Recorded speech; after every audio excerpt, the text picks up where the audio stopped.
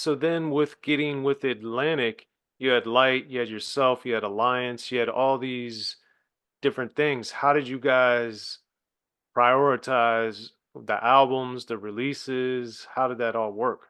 Okay, so one thing that I think that we always have to keep in mind when we talk about, especially those years, us in the bit, we didn't know what we was doing. We were trying. We were this business of music was our Bible, and we were learning as we were going. So we all we knew was that we wanted to do it and that we were doing it. But as far as releases and that wasn't something that we do it, and when it was done, we release it. Um, so that's how we scheduled the releases when it was done. Atlantic, that we were the first, by the way, the first label deal that Atlantic ever did. And they kind of like what you're talking about the release dates and stuff like that, they kind of scheduled all of that. So we didn't even really have to deal with that. But we just tried to continue doing what we were doing, and that was it. Now the the Atlantic situation was a gift and a curse because they were able to a lot of the stuff that we didn't know, they were able to handle for us. But it got to a point where so we had shopped it to Atlantic, Top Billing and I Can't Understand You before. And they was like, what is this? It's just a beat. He sounds like a girl. She sounds like a boy. That's not music. And they didn't sign it. But after we were able to get it bubbling, then they were like, okay, we want to do it. So, in my opinion, that's a perfect example of okay, we're going to sign this because it's working, even though we couldn't see it and we don't understand it. I feel like at that point, you should just allow us to be what we are because obviously you don't understand it. But you get to a point, especially in a corporate situation like that, where they'll be like, oh, you need to do pop song or heavy D song or whatever. And eventually we got to that point where they started dictating, trying to dictate to us what to do creatively, which didn't work for me. Right. Okay. And then as a producer with Lyte, uh, how did you feel um I guess creatively fulfilled doing the, you know, claim to understand you were 10% disc, like when you're working on those songs and you're not rapping, how do you feel fulfilled? Especially back Now, then. like I said, if I could feel something, if it makes me feel something, then I feel like it's good. And all of those songs, 10% this, the spunk was in all of those songs, right? She was spunky and it just made me feel good. It was fun. That's I think more than anything, that's what it was. It was just fun. Like I don't know if it was goals, like okay, we're trying to get whatever, whatever. We were just having fun and doing what we felt. Okay. And then if I am recollection is correct, isn't Light also the first female rapper to have an album? Or first solo female rapper? Oh, I don't know. That's a good question. I never heard that. I Okay. know she's the best female rapper of all times, but I don't know if she's the first one to have an album. Because It I could think, maybe that. I mean, it could be. That was a long time ago. yeah, because I think it's Salt and Pepper and Her, I think, if I remember Yeah, correctly. yeah, that could be. Okay. But now with Atlantic, was that initially just distribution or were you signed as Atlantic artists? This it was a distro deal, but it was the first one, so it was kinda like it was both was happening at the same time. It felt like we were Atlantic artists, even though it was a label deal, you know, it was so new at the time, there were no real rules about it.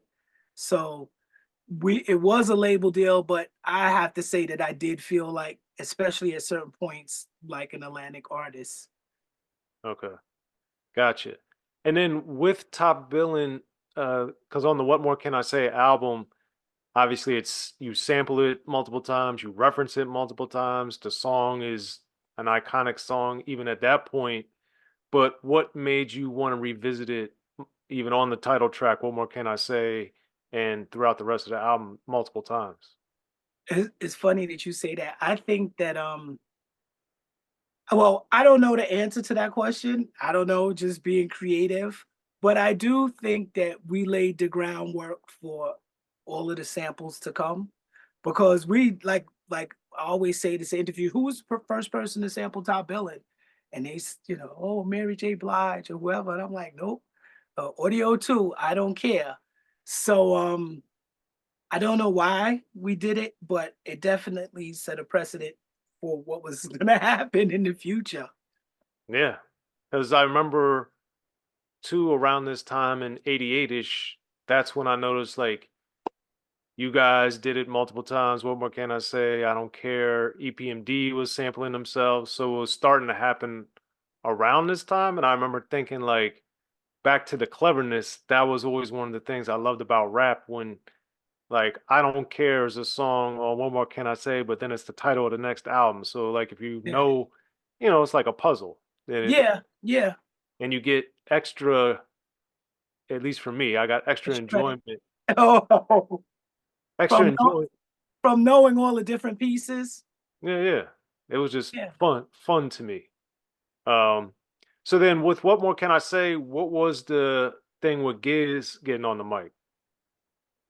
So Gizz could rap, and the song "What More Can I Say" was something that Daddio wrote, and he rapped it, and we just felt like Gizz's voice would sound better for that than me.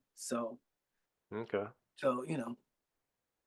And also on what more can I say? At the end of the song, there's a lot of talking. It's a long outro slash talking slash that, which happened at times, but especially so early in the album, I remember hearing it. I was like, man, this is so unusual. Usually that's at the end of an Mhm. album or something, but you guys had it right at the beginning. Do you remember why the sequencing worked that way? Um, well, I think the important thing that you just said was unusual. So that's what we were always trying to do was unusual. It wasn't planned out. We just did it. And Okay. that's how it came out. Well, also something you said too is about Daddy-O writing the rhymes and stuff because I always think it's strange that I know people don't want to subscribe to things that go against what they believe, but the reality is even in the 80s from 88 and earlier, a lot of rappers rapped rhymes that they did not write. And that was not unusual. It wasn't predominant, but when I talked to and learned and read credits and asked questions, lots of people, even from the golden era, didn't write all their rhymes. So why do you think that ended up becoming such a big deal that you got to write your own rhymes when even from the beginning people weren't writing their own rhymes? I don't know. I just think that's one of the things like that come like being an MC, writing the rhymes and being the MC goes hand in hand. I always, whenever people would say stuff like that, I would always say, well, Michael Jackson doesn't write all his songs. You don't have if Michael Jackson doesn't have to write his songs, then why should anybody have to, does it validate the record anymore? If you whoever wrote it, you like it, right? That's the main thing.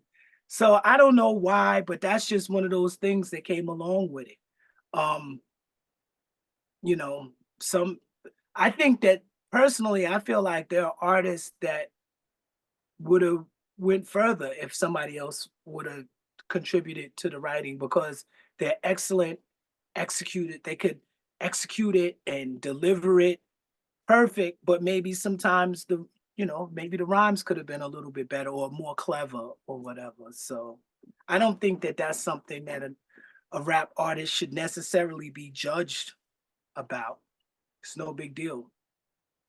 I've always been of that line of thought as well. I do think it quote unquote adds a little more if you write your own because it just means you're that much more involved. But I've never also taken points away in my own mind because it's like it's art. You're not. nobody is in the room by themselves 100% of the time doing 100% by themselves. So, but that's Yeah. me.